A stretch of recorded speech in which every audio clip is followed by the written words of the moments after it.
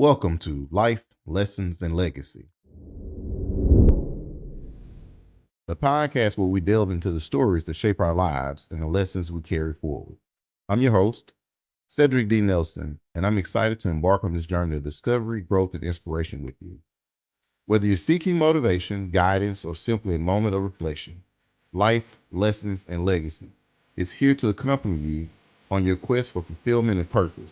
So sit back, open your mind, and let's embark on this transformative journey together. Hello, everyone. Welcome to another episode of the Life, Lessons, and Legacy podcast. I'm your host, Mr. Cedric D. Nelson, and my guest today is Dr. Kendrick Savage. Hello, Dr. Savage. How you doing? Doing good, doing good. Glad to be here. Hey, I appreciate you being here. I appreciate you accepting my invitation to be on the show. Um, I'm excited. Most people, um, they may not know that we're related. You're my cousin. I'm extremely proud of you. When we were talking about doing this pod, initially I said I was going to do the whole podcast, and then at the end, be like, "Hey, by the way, that's my cousin." But I'm extremely excited. Somebody I'm extremely proud of. We've been knowing each other our whole lives. Very, Yeah, very similar background. So I'm excited just to kind of let everybody know who you are, all that you've accomplished, and what you have, coming up in the near future. absolutely. Let me just say, very proud of you for this podcast. Great job. Been watching the videos, so checking you out. So keep doing what you're doing and keep changing lives. This is phenomenal. Thank you, cuz I really, really appreciate it. All right. So, Dr. Savage, could you tell me a little bit about your background, about your educational background, or I guess I know, so tell the podcast listeners about your Yeah, background. yeah. So my background, of course, I grew up in Oxford, Mississippi, the Fayette County stand up. Mm-hmm. Had to say that. Yeah. Um, so I went to the University of Mississippi. I got my Bachelor of Science degree in mathematics, and then I have a master's degree in mathematics from Mississippi State. I have another master's degree in teaching from Mississippi State, and then a PhD in mathematics education from Mississippi State. So, Hell State. If I had my cowbell, I'd shake it right now. Yeah, absolutely. So what's something funny about that is you and I are both from Oxford, and we both ended up going to Mississippi State, which Yeah. is weird because when I will say this, whenever Ole Miss is on TV and they're not playing in state, I actually cheer for them because I'm like, that's my hometown. But like rivalry week, like it's cutthroat. I have no friends back home, and it's just Hell State all day. So Yeah, absolutely. Same here, and I actually went to Ole Miss and Mississippi State. Mhm. So it used to be whoever was doing the best and had a chance to make it, to a bowl game. That's how Uh-huh. I kind of decided. But Mississippi State gave me the most degrees. So, or I earned the most degrees from Right. that institution. So I tend to lean toward Mississippi State a lot. So even though I'm from Oxford. Yeah, me too. People like, you from where? I'm like, yeah, I'm from Oxford. Like, why'd you go to Starkville? I'm like, I wanted to get out of Oxford, one, Exactly. and I wanted to run track. So yeah, it's Yeah, exactly. So could you tell me a little bit about your, I guess your career background also, like what have you done so far? Yeah, so career background, currently I'm an associate professor of mathematics. Just got promoted, last fall, I think. Okay. So that was pretty huge for me. At Georgia Gwinnett College Okay. is where I am an associate professor of mathematics. I am an entrepreneur. So I work a lot with youth, as high school, middle school, colleges, working with kids in terms of retention, teachers as well. And so that's a little bit about what I currently do. I'm also the author of A Few Steps in the Right Direction. Mm-hmm. Give Yourself the Chance You Deserve. You can find that on Amazon. And so a poet, I do a lot of spoken word. Mm-hmm. I've been doing that since college. Poetry slams, been doing that since college. And yeah, so I use a lot of that in my current day-to-day work Mm-hmm. to inspire kids and keep them pushing and moving forward. And I will say the book was phenomenal. I think, I told you as soon as I saw it pop up, I'm like, okay, let me go and order my copy. The book was phenomenal. It was very motivating, very, very inspirational. and it hit a lot of life lessons in there. And you and I both, we talk about God and God fearing men, God Yeah. important in our lives. In your book, it tied every lesson back to something from a scripture, something about God, and I just thought it was very empowering for me reading it at that time because. And I let my kids read, and I got it's still displayed on the mantle downstairs now. But Yeah, I appreciate yeah, it. I mean, it was just great, and coming from where we come from, and the family we come from, especially, just some of the lessons we've learned and trying to share with the next generation. I think the book is great. You guys definitely go on Amazon, check it out. Go ahead and order your copy. I promise you, you won't regret it. I appreciate it. So, so I have a question too. So, what are your upcoming personal and professional goals? I guess I know you said you're entrepreneur. You're kind of doing some speaking engagements and different things. So, what are your personal and professional goals? I would say personal goals. This is a lot of those. So I have a few more books in the works that I'm currently working on and trying to push those out. With the poetry, I want to actually host a night of poetry featuring myself. Okay. So that's something that I got in the works. I do a lot of things in terms of writing, like writing plays and things like that. So those are some of my personal goals, professional goals. I do a lot of research, publishing. A lot of my research is in terms of mathematical motivation. So I look at barriers that keep students from being motivated to do mathematics, or barriers that hinder them from feeling like they can accomplish great things mathematically. Okay. And I also do a lot of work with mathematics for social justice. So it's a lot of social justice issues that happen in the world. And a lot of students don't understand that they can use mathematics to actually solve those particular issues that are right there in their community or backyard. Okay. And so I've published a lot in terms of that and got a few more publications on the way this year. So those are some of my professional goals I'm really aiming toward, Okay. and really just getting out more, inspiring the youth through my speaking, Hmm. mentoring, and things of that nature, and my workshops that I do. And so yeah, that's what I'm looking forward to. Okay.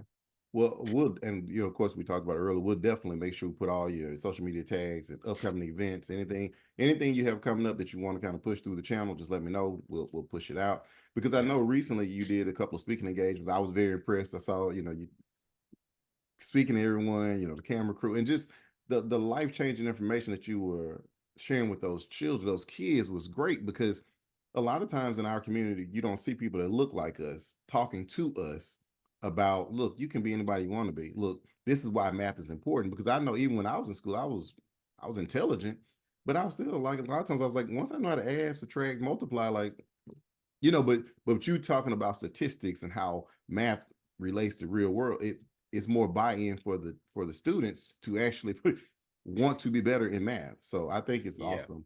Awesome. And the other thing is, a lot of times in classrooms, the content is the main focus for a lot of people. Hmm. For me, the student, that's the main focus, because you realize these kids, they come to school, they're dealing with, and I'm sure you've seen this as well, they're dealing with issues at home, Hmm. they're dealing with their own personal problems, trauma. Hmm. And if you can tap into that and solve some of that, then it opens up the door for them to be more successful with the academics. Yes. And you have to. If Hmm. you don't do that piece, you're missing out on like what that student really could become. Hmm. And I so agree. that's a lot of my work is really outside of the academics. Hmm. It's in that self-development area. Yeah, I agree. One we talked about before, one of the things I do is speak to at-risk youth. And that, like you said, that's the biggest thing, getting that buy-in to like, hey, look, Yeah. I'm like you. Yep. Like I come from similar backgrounds, in our communities, there's always a lot of trauma. There's a lack of support, lack of resources. And when they see someone like yourself, you're articulate, you know how to speak, you carry yourself well, you're very professional, and you're talking to them and you're saying, like, hey, look, I mean, look at me now, but I come from what you come from. And more That's than just worrying about your grade, I'm worrying about you. Like, what do you have going on? How can I help you? And I think that's great in education because you need buy-in from the students. As you said, if you don't get that buy-in from them, it doesn't matter what you try to present to them. They're not trying to listen anyway. Right. You know.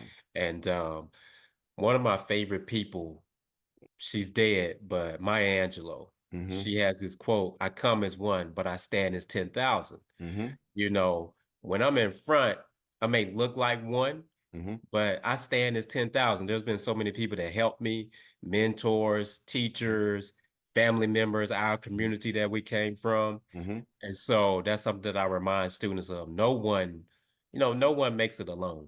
No. You got to have a village. Mm-hmm. And so, I tell students, I'm part of your village. Mm-hmm. So use me, I'm a resource. And so I'm just here to help, similar to what I know you're doing as well. So Mm-hmm. we're a great resource to others. Yes, the whole saying of, if you want to go fast, go by yourself, or go alone if you want to go far, Yeah. go with others. So I agree. And I think that's one of the things from our upbringing, just knowing that impact. In my book, I had a coach named Coach Horton. And in middle school, he was the first male outside of my home that really just poured into me. Whenever he saw me, he was like, Mm. "Hey, Cedric, I appreciate you paying it." Like the smallest thing, like just paying attention when he's talking. He's like, "When I'm talking, you're locked in. You're watching me." This guy had me like, he was like, "Yeah, you going to the Olympics?" I was outside running around thinking I'm going to. He made me want to go to the Olympics. So just having somebody to pour into you, someone, especially when it's someone who doesn't have to pour into you, because like you said, with Yeah. with the students you run into, it's like I don't have to pour into you, but I'm doing God's work, and God's work and creating my legacy is pouring into you, because you'll therefore pour into someone else. So yeah. Yeah, absolutely. Yeah, my ninth grade math teacher Mm-hmm. was the one that when people ask me, how did you get into this? It's because she saw me. Mm-hmm. That's critically important is when someone can make you feel like you're the only one in the room, even though there may be 30 to 100 other Mm-hmm. students in the room. Mm-hmm. She saw me. Mm-hmm. She knew my background, and me giving a C or B effort wasn't good enough because she wanted me to understand where you come from. You're going to need to be this Mm-hmm. in order to get to where you're trying to go. Mm-hmm. Like, yeah, you can make a B and get out of this class, but getting out of this class is not the only thing you're trying to do. Mm-hmm. You're trying to go on and become whatever it is you're trying to become, which represents greatness. Mm-hmm. So, TD Jakes has this quote, effort is the bridge between mediocrity and masterful accomplishment. And so that's something that I really believe. Effort. You Mm-hmm. got to put it in. If your results are mediocre, let me look at your effort. Mm-hmm. Is your effort inclined toward masterful accomplishment or is it inclined toward mediocrity? Mm-hmm. And I think that's what she was trying to really get me to understand. You got to push toward excellence, Mm-hmm. and so it changed my life. Yeah, and I'm sure it did, because again, it makes you start like, okay, maybe I am special. You start kind Yeah. of believing in yourself, and then you don't want to disappoint them. You don't want to turn in a B or C, paper. It's like, my effort is terrible. She's gonna tell me about it first of all, and I'm Yeah. gonna feel horrible, because here it is. I have someone outside of my home who believes in me. Yeah, yeah, yeah. Yeah, that is crazy. So my next question: so what life lessons do you think you've learned, and even from that ninth grade teacher? I mean, just overall in life. Man, so many lessons. One lesson that I always share though is my first year in college, I heard this quote. This quote, it says, it's not the fall that matters most. It's the rise after the fall that matters most in life. Mm-hmm. And so I always tell people everyone is going to fall, whatever that is for you. You may fail a test. You may, you know, have a falling out with a friend. Mm-hmm. You may just make a mistake. Whatever a fall is for you, everyone is going to fall, Mm-hmm. but not everyone decides to get back up.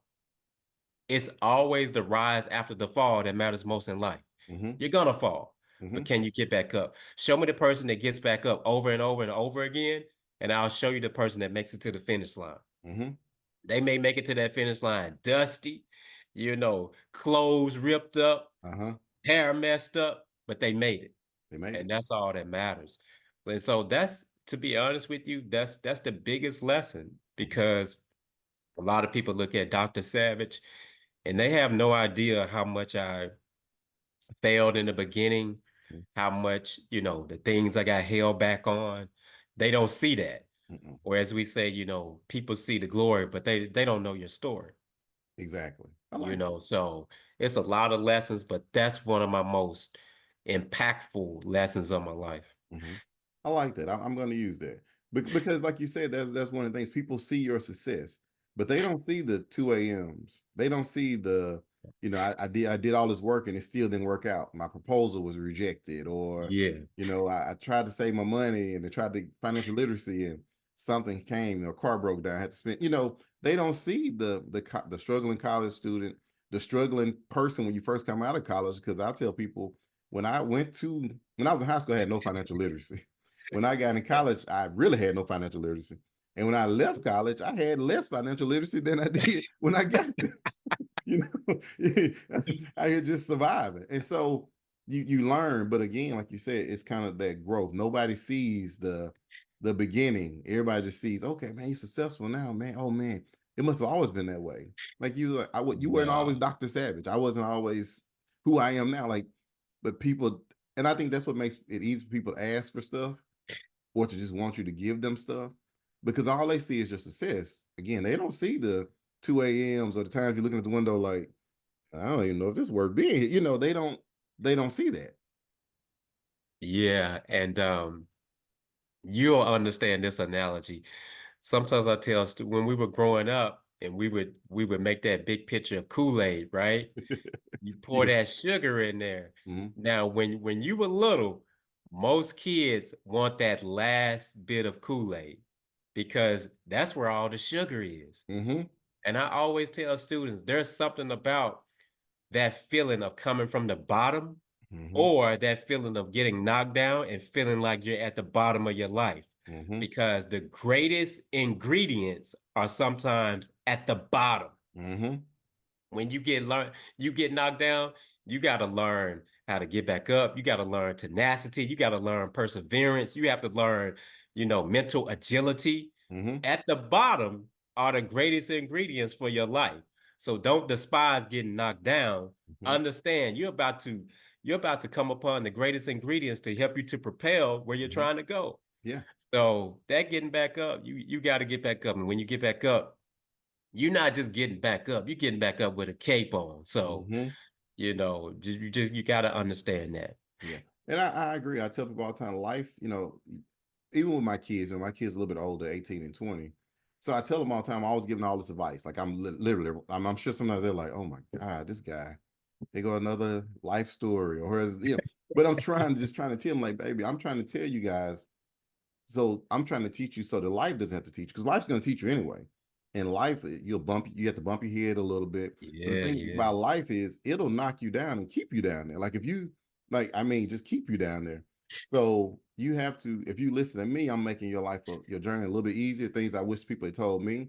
But like you say, it's part of my failures led to my, the most massive successes that I've had. Just knowing how to get up and knowing how to persevere. Absolutely. But so my next question is one I ask everyone, and I think I may know your answer, but I'm interested to hear your answer. So, who has been the single most inspirational person in your life, past or present, and why? Wow. That's huge. Single most. Um, I would say if I had to just choose one person, I probably have to choose my dad.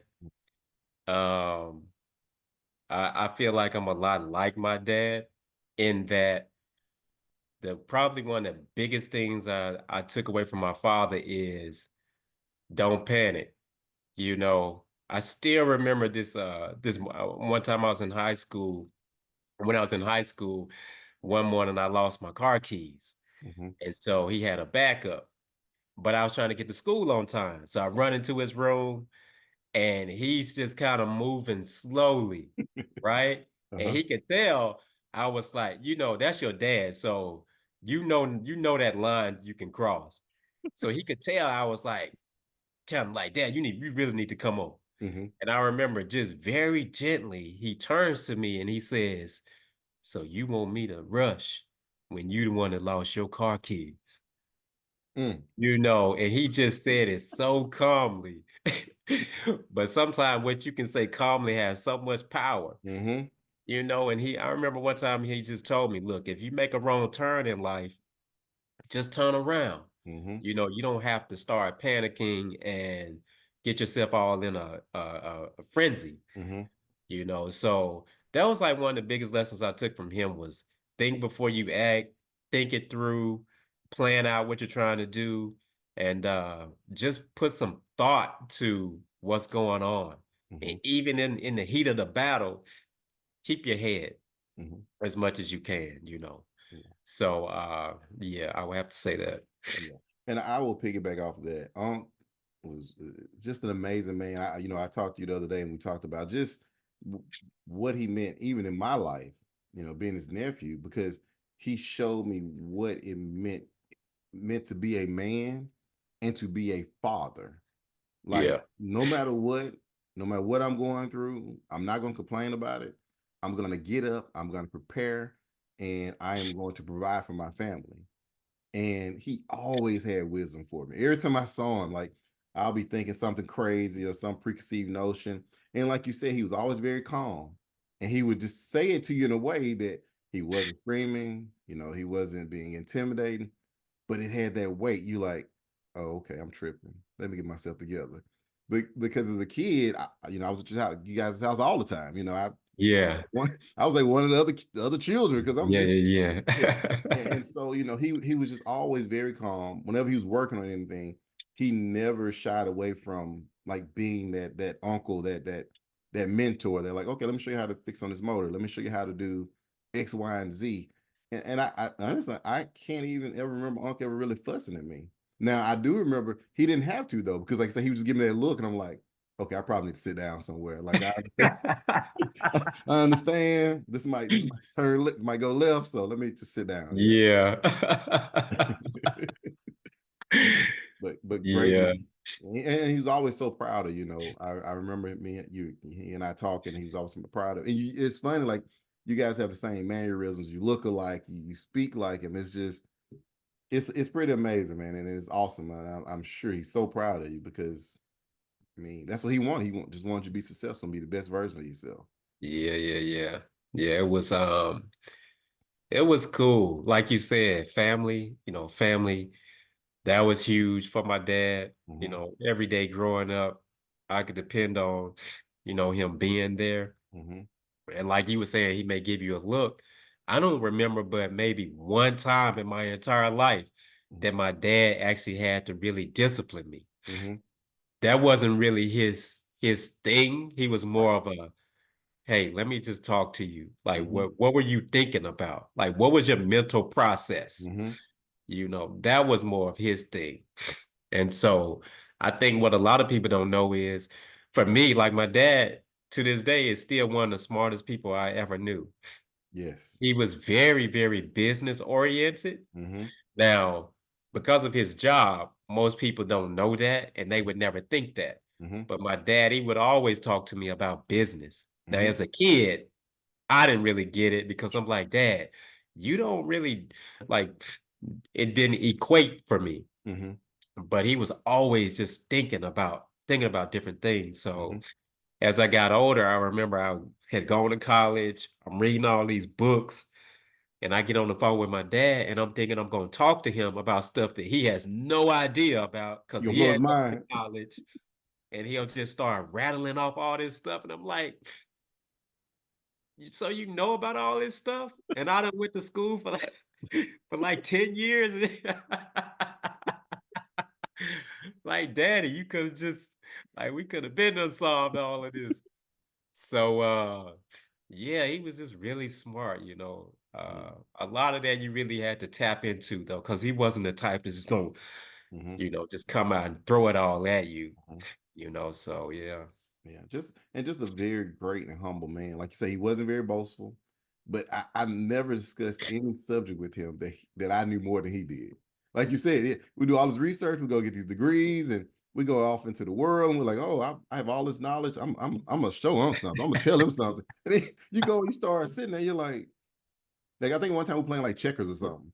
And I was talking about something, thought I was doing something, but I was gonna win checkers also. That didn't work. One, I did not win, and then two, he was just kind of talking to me, and I was like, yeah, well, this is that, and he was like, yeah, well, no, it's really not that. It's this, and I'm sitting there like, my professor sucked because I thought, I was coming here to make a point.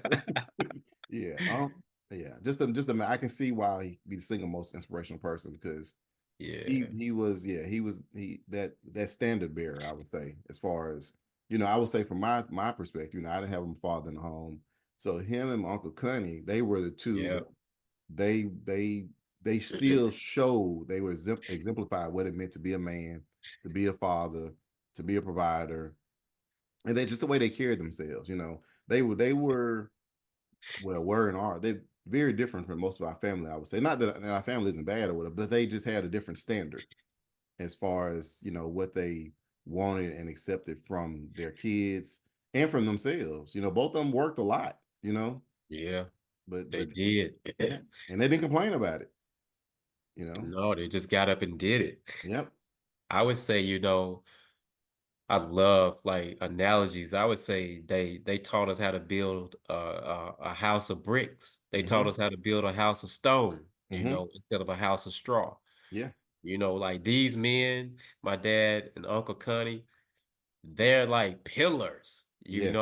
concrete. Mm-hmm. You can always depend on that stability. They were there, Mm-hmm. and they was just there. They were present. They showed up. Yep. They didn't, regardless of what was going on, they didn't allow themselves to get blown and tossed in the wind. They Mm-hmm. made sure they were planted. Mm-hmm. And I think that's one of the biggest legacies that has been left is, son, understand how to plant your feet and keep them there. Mm-hmm. There's a lot of distractions out here.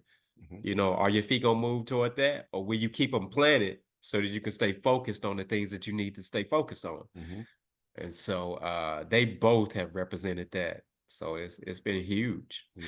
And our whole lives, I can always remember those two. I remember even growing up, in the projects, and those two being the first people I knew that bought houses. You know, Yeah, yeah, yeah, and yeah, I'm like, yeah. hold on, they can buy a house, like, and just them talk. I mean, I'm a kid, I'm small, I'm young. I don't even know how old I was, but they were talking about the house buying process and what to look for in the house. And like you said, they give me all this knowledge, and it's just flying over my head. I think, but as I get older, I'm like, oh, I remember Unc said X, Y, and Z. But it was just so impressive to like they bought a house. Like I didn't know anybody else that bought a house at that time. So Yeah, me either. And I mean, the house that we were growing up in mhm. initially. Yeah, So like when my dad bought a house, and I'm like, oh, it's an actual bathroom, yeah, like yeah. all this stuff. People have no idea what you No, come from, no, like no idea. none. So yeah, the same thing with me. They were like the first two. So, and you gotta think like, even though we may have more education, they were still just able to do things like that and have the wits to Mhm.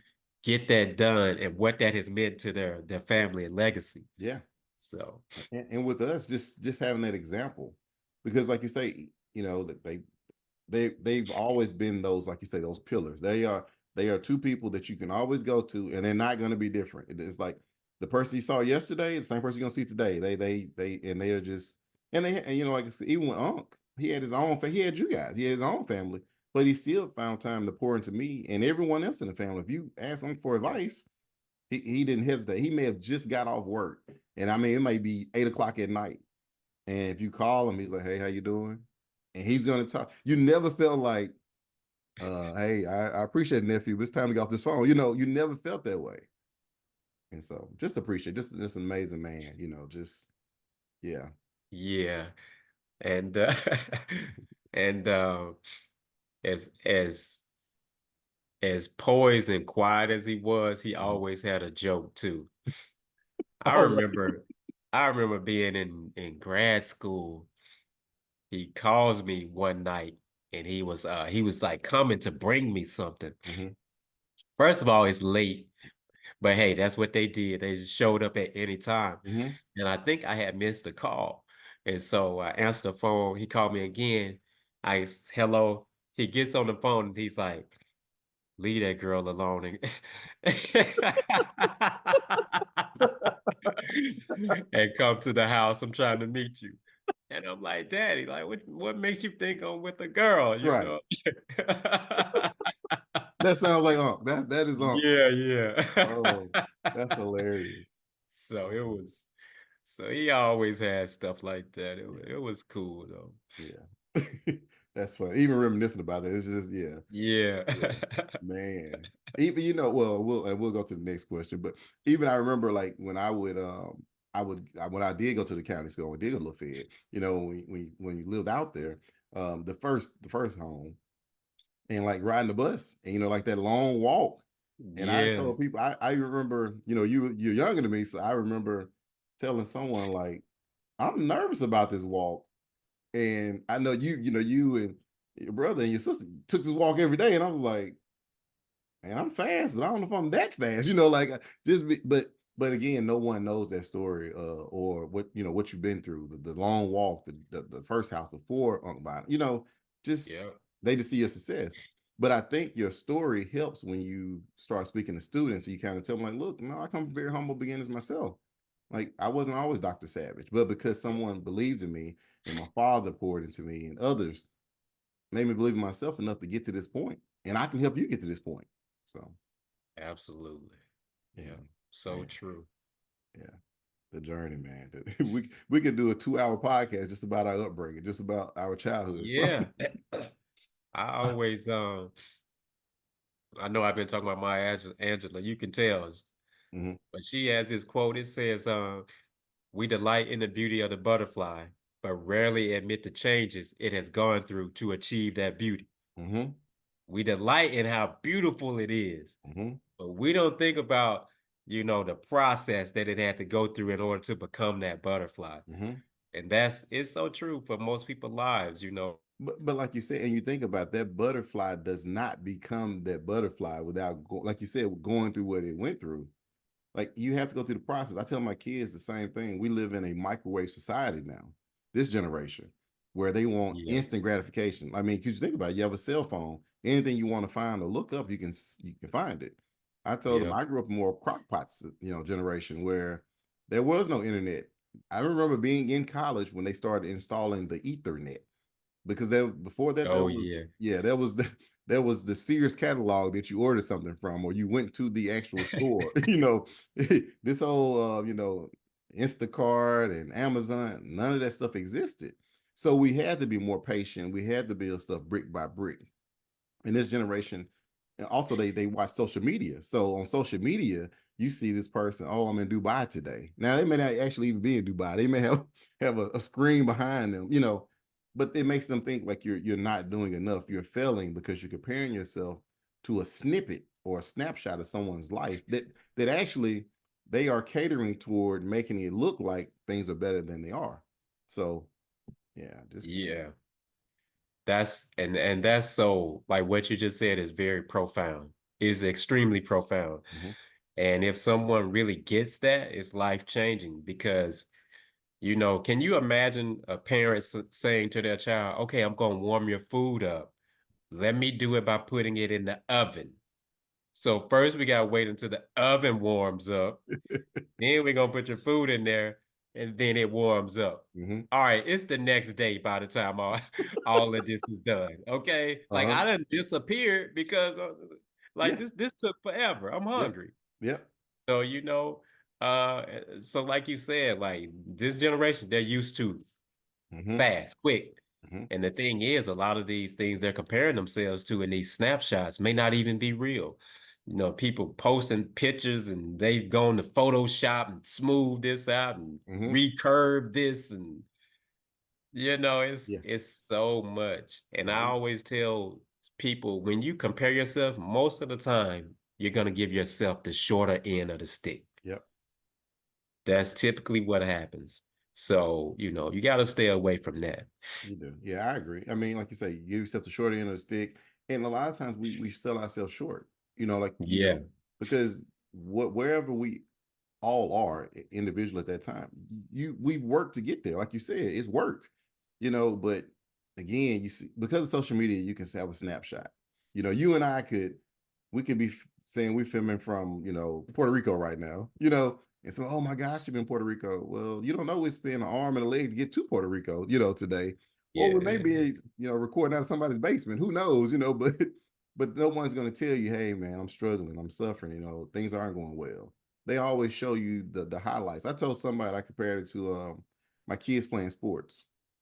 Like, if you post a video of your kids playing sports, you usually post when they do well. You don't post when your kid drops a pass, or your daughter gets burned up in a track meet. People Yeah. don't post that. They post, hey, they came in first today, or you. I But know. again, you're comparing yourself to just snapshots compared to someone's real life. You and I both were athletes in high school, in college, Yeah. and we're both really athletic, but people remember us winning. But there was also some track meets and some games when it's like, oh, this is terrible. I never forget it. I was telling my kids, my son's running track now. My daughter ran in high school, and he's playing baseball. And I told him I was really fast. I thought I was the fastest person I knew. And I remember I got cocky one time. I never forget it. We went to, I think, South Panola, Batesville, and Tupac was out Mhm. there. And I'm out here. I have back then they had the Walkman. You couldn't move too fast because it'll start skipping. But I had the headphones on, and I'm like, I came to bring the pain. I'm singing some song.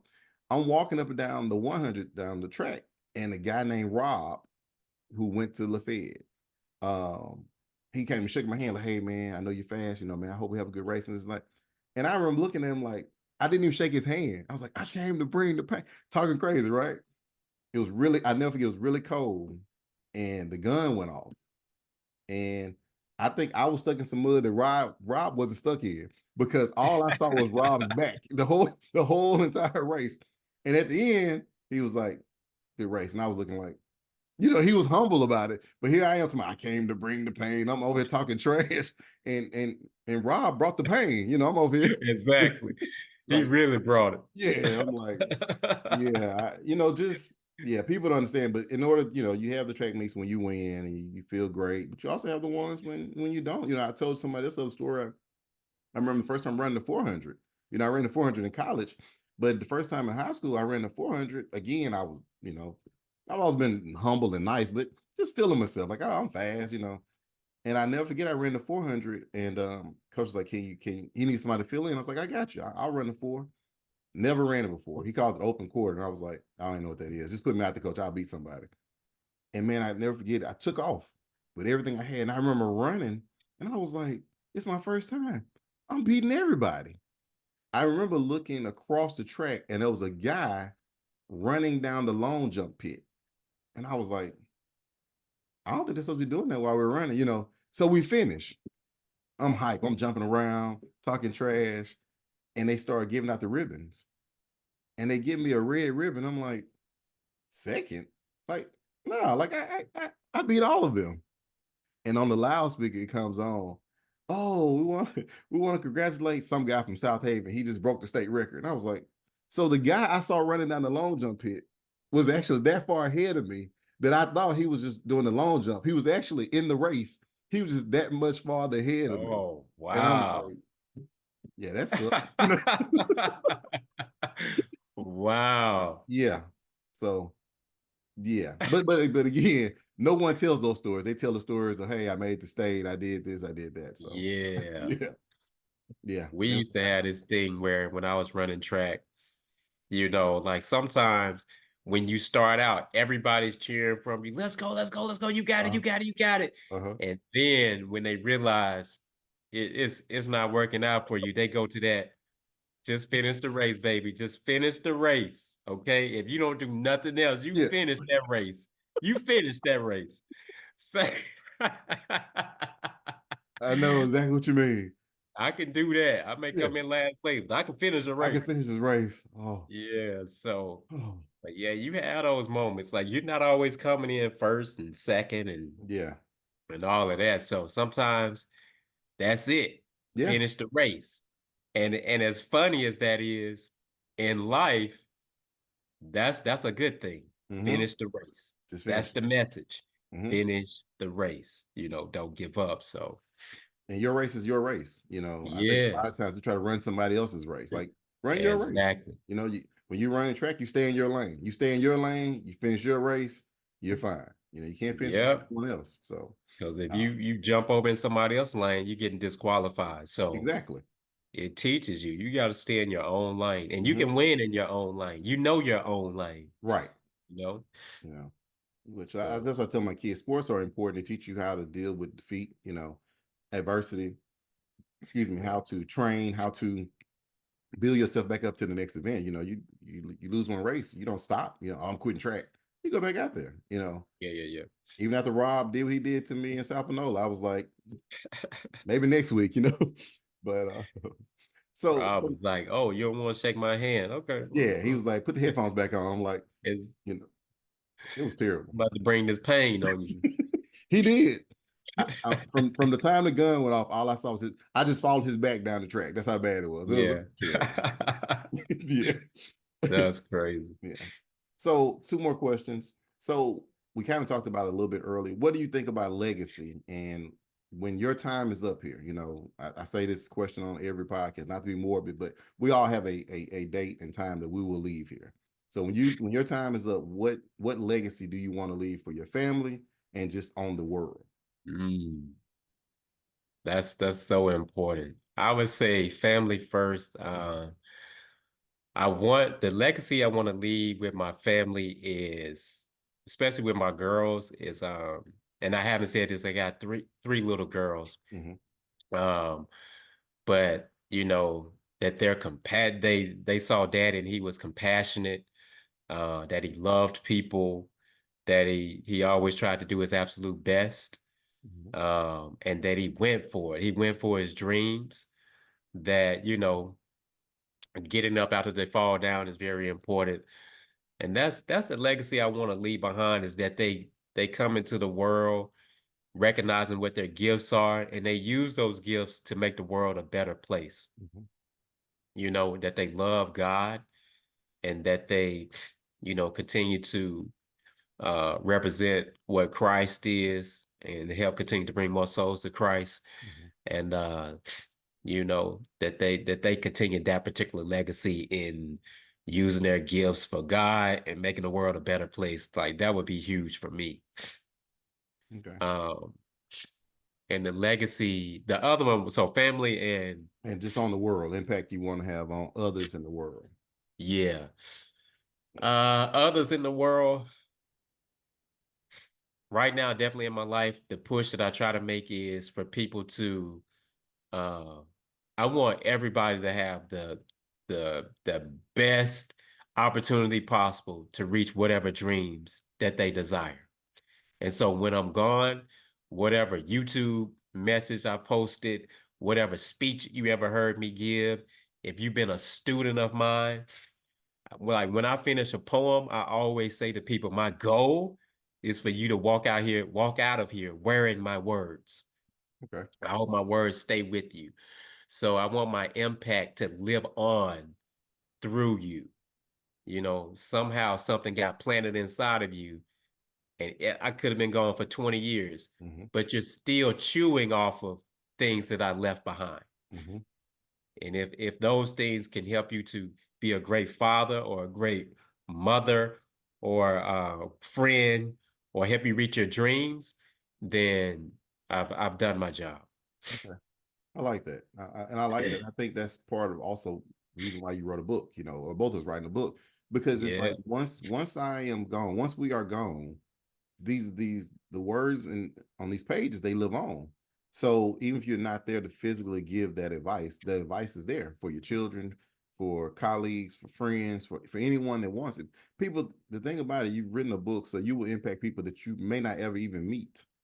You know, kind of like yeah, for Maya Angelou. I mean, she's been gone for a while now, but she's still impacting you and I and everyone else in the world. You yeah, know, and even her story was amazing. You know, most people don't yeah, know. Like she didn't have very, you know, she didn't have a great upbringing.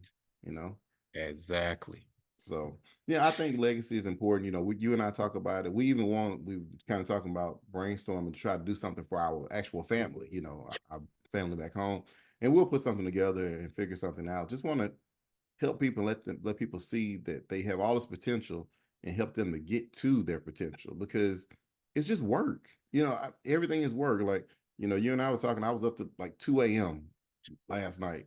And then my wife woke up at 5:30 and just started talking. And I'm like, okay, I'm up, you know, but and now today is going on, you know, and you just have to work at it. It's anything in life that you want, you have to work for. You can have anything that you want. I tell people all the time, I have a buddy that we were having a debate one time. He was like, well, yeah, some things aren't possible for some people. And I was like, I get what you're saying to an extent, but technically it depends on how hard that person is willing to work. Like you can take someone who's not very intelligent initially, but if they're willing to study and to break things down to the simplest form, they can achieve their dreams. You know, it's just having someone pour into them, being willing to do the work. Like you don't get muscles by not going to the gym. You just Yeah, willing to do the work. So yeah. yeah. And it's not always easy. What you said is very, very true. It's not always easy to know the path to get there. Hmm. Any path in life just feel, and I'm thinking like physically outside Hmm. or just outside. Any path that has ever been created, it took time after time walking that same Hmm. path in order to make that grass die out so that path could be created. Hmm. And a lot of people, they give up before that path is created, Hmm. or you know, they give up before that path is created, or they don't find people that can help them navigate that path or possibly show them where the path is Hmm. what I'm getting toward. Hmm. So yeah, it's everything you said is true. Anybody can reach whatever dream or aspiration that they have. Hmm. It's just it may not come overnight. Some people it may take them 12, 15 years to finish a 4-year degree. Hmm. Do you have the stick-to-itiveness to do that? Hmm. Like, do you have the perseverance to do something like that? So that's what it is. Yeah. And like you say, if you're willing to do the work, you can get it. I do life coaching, and that's one of the most difficult things. But once we break through that, we're fine. Once we break through that point of them talking about all their barriers, you know, oh, this is why I can't. And I'm like, for everything they say, I counter it back. Well, if you do this, you can fix that. Okay, I'm gonna give you a path for this. Okay, well, like once they run out of all the excuses, it's like, oh, okay, I'll talk to you next week, and because I'm gonna call and check in on them, I'm gonna make sure I give them the steps, like I said, just that path. And I think a lot of times we don't want to do like personal development or professional development either. We don't want to go pay to have someone come in and speak, like you go in and speak to them, or someone come in and do training or workshops. We just want to figure it out, but we've been trying to figure this stuff out forever. When you could kind of quicker, not fast track, but you could make your process a whole lot quicker if you would just actually take mentors and take workshops. That's what it's here for. We're in an information age. You and I talked about it. You can go to your phone. If I don't know how to fix something, I just go to YouTube. So by the time I Yeah. get on YouTube, I'm going to fix whatever's hanging from the ceiling or whatever it may be. But most people don't want guidance, or they say they want it, but they don't really want it. Yeah. You know, I read a lot, and I just finished TD Jakes' book, uh, Disruptive Thinking. Okay. And there's one quote in that book that I thought was so powerful. And he says, most of us were born looking like our parents, Mm-hmm. but we die looking like our decisions. I like that. Oh my gosh. Uh-huh. How powerful is that? Like you're born looking like your parents. Mm-hmm. You you and I both know we've seen some people and we're like, man, I wonder what happened. Mm-hmm. You die looking like your decision. So, Mm-hmm. I tell young people all the time, you can be anything. Mm-hmm. Those decisions are leading you somewhere. Yeah. They're creating something. Mm-hmm. It's just like ingredients in the kitchen. If you want to make a cake, you got to have your sugar, your, extract or Mm-hmm. whatever. So in life, if you're always thinking negatively, if you don't think the best of yourself, Mm-hmm. you're creating something. Those ingredients are creating something. Mm-hmm. Is it creating what you really want, or is it creating something that's going to hinder you? Mm-hmm. You have to think of it in terms of that. It's not just a thought, it's having Right. an impact. Mm-hmm. So, yeah. Yeah, I like that. I like that a lot. I mean, that's huge because say, and like we even talk about with as far as who you hang with. I tell my kids all the time, like if you're hanging with certain types of people, you're gonna have certain types of interactions because Yeah. that's what it attracts. But if I'm trying to be if I'm trying to get my PhD, I probably want to hang with other educated people who are also trying to get their PhD or who have already gotten their PhD. You know, if I want to be an attorney, I probably want to hang with people that are trying to go to law school. Probably can't hang with Pookie because Pookie is gonna be part of the law, but not law school. Like he might be some practice, you know. And so I tell people all the time, you know, you have to decide what you want in your life and you have to go for it. And you can't let you're gonna lose some people along the way. You know, you and I've talked about it. We grew up, you know, where we grew up, and some people I'm still really close to, and some people, you know, you kind of we're still cool, but we don't have common goals. So it's not the same, you know. Yeah. Life, life be life, and you Yeah, know, yeah, yeah, absolutely. It's gonna do that. yeah, yeah. That's my T-shirt. I don't know when I'm gonna get it, but I'm just life be life because yeah, it doesn't stop no matter what. No matter what you're going It's through. gonna do that. Yeah. Your So job is how you gonna respond to it. So that's it. And you know, you think about both of us again, our upbringings, and that's what it came down to. Like we started where we started with what we started with the people we started. You know, we had. And what are we going to do about it? Am I going to be a victim? And oh, this is why I do this, is why I do that. Or am I going to say, no, I see how that turned out for them. I want to do something different, yeah. you know, and testing the fortitude. I tell people all the time, yeah, you got to have it. You got to know what you want and go for it. Because when I did a speech at Invictus Academy here, it's an alternative school. And I told them that I said, you know, these are your dreams. You guys are about to graduate. These are your dreams, your goals. And some of the very people that you think are going to support you are going to be the people that tell you can't do it. But you can't listen to them. It's your dream, not theirs. And misery loves company. So usually when people telling you can't do something, it's because they failed at something. They gave up. So now they want company. And they don't want to see you do better than them. And they don't want you to do better and then pull them along. They don't want that. They just don't want you to be successful.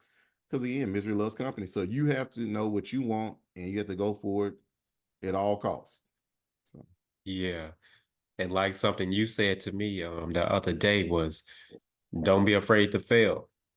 Don't mm-hmm, be afraid to fall down. mm-hmm, That's it, really.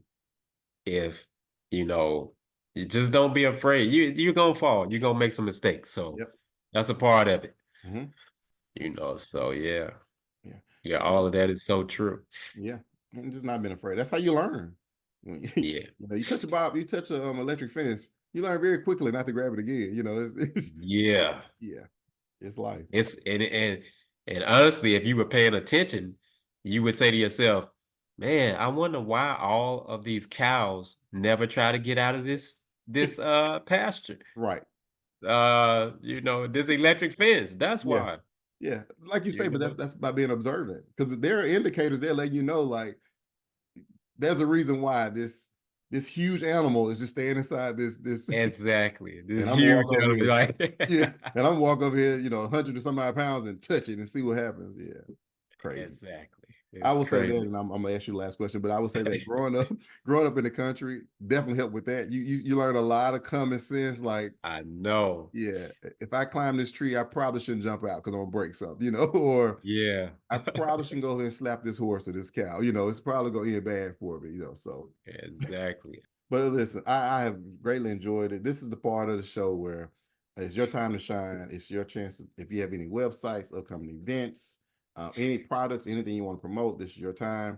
And I definitely will also, like, again, get your information, put all your tags, all your links to your book and everything else. But anything you want to promote or say, it's your time to shine. Yeah, I'd just say definitely I got a copy and check out my book, Few Steps in the Right Direction. Um, wrote the book, a lot of love in the book. Like I said, it's available on Amazon, Barnes and Nobles. You can find it there as well. On Instagram, you can find me at the real underscore Dr. Savage. Facebook, just Kendrick Savage. LinkedIn, Dr. Kendrick Savage. And if you're interested in motivation, um, positive thoughts and mindset, please check me out, check the book out. Connect with me on social media, and we'll take it from there. So, yeah, looking forward to that, and hoping for anyone that watches this, please connect, and I'd love to connect with you and take it from there. Yeah. Well, I would say this definitely, if anyone's interested, definitely reach out to Dr. Savage. You won't be disappointed. As long as I've known him, he's always been very impressive. I do remember being younger, you know, reading a lot and just taking in a lot of knowledge, and it paid off. I mean, it was one of those things. So I am extremely proud. I think I told you earlier. I tell you every time I see you, I try to pour into you. I'm extremely proud of you. Yeah. I am just wild a lot of times just watching you because just seeing your development from us being little kids running around in the country doing stuff with your brother and my brother that we shouldn't be Yeah. doing to now being family men, being married and just creating a legacy. So I'm proud of you. Keep doing what you're doing. Anything I can do to help, I'm always here. And I know it's vice versa for you. We've always been close and always supported each other. So I love you, cuz. I thank you for coming on my show. Anything I can do to help again, just let me know. Oh, absolutely. Thank you for having me. I know when you reached out to me and talked about being on the podcast, that was a no-brainer.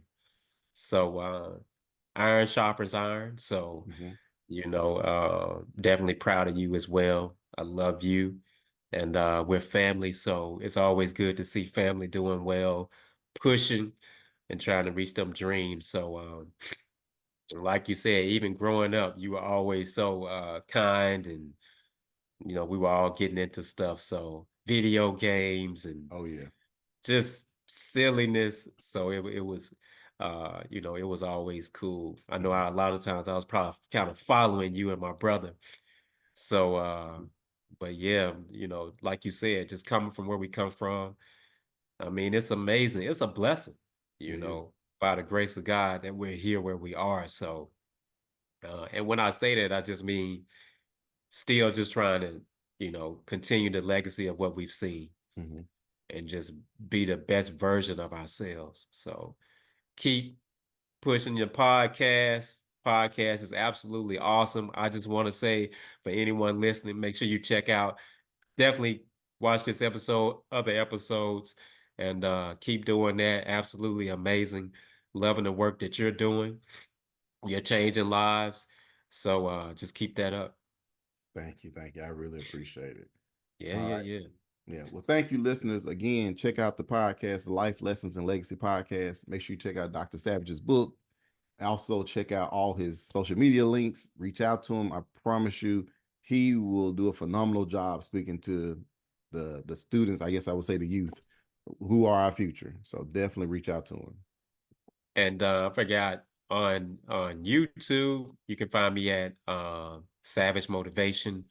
That's my YouTube channel, K Savage Motivation. Mhm. So check that out as well.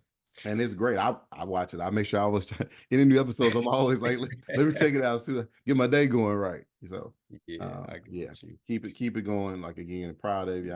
I can stay on here a whole nother hour to how proud I am of you. So just keep doing what you're doing, and we're gonna do this again. We're gonna maybe we'll do this Yeah, it again. was fun. Yeah, it It's was. and it's so many stories, like Oh so yeah, many things we could tap into. yeah. So We it's a yeah good time. yeah we could do an episode just on telling stories from our childhood. That yeah, Yeah, yeah, yeah, yeah. maybe All comedy the hour. crazy, Yeah, but yeah, all the crazy things we've seen, uncles, and it's a yeah. lot. So yeah, well, I would say this before we go, and I'm gonna stop this pod. Like I said, we'll be here all day. Neither one of us are getting work done today, but just us talking about our families, even talking about being married and explaining our upbringing to our wives, and they're looking like that can't really be happening. I'm like, okay, wait till you come for Thanksgiving. You'll see what I'm talking about. You may not want to be with me anymore, but you'll see what I'm talking about. Like it's different around here. So Yeah, it is. Like that, the turkey is not the only interesting thing around sitting around this table.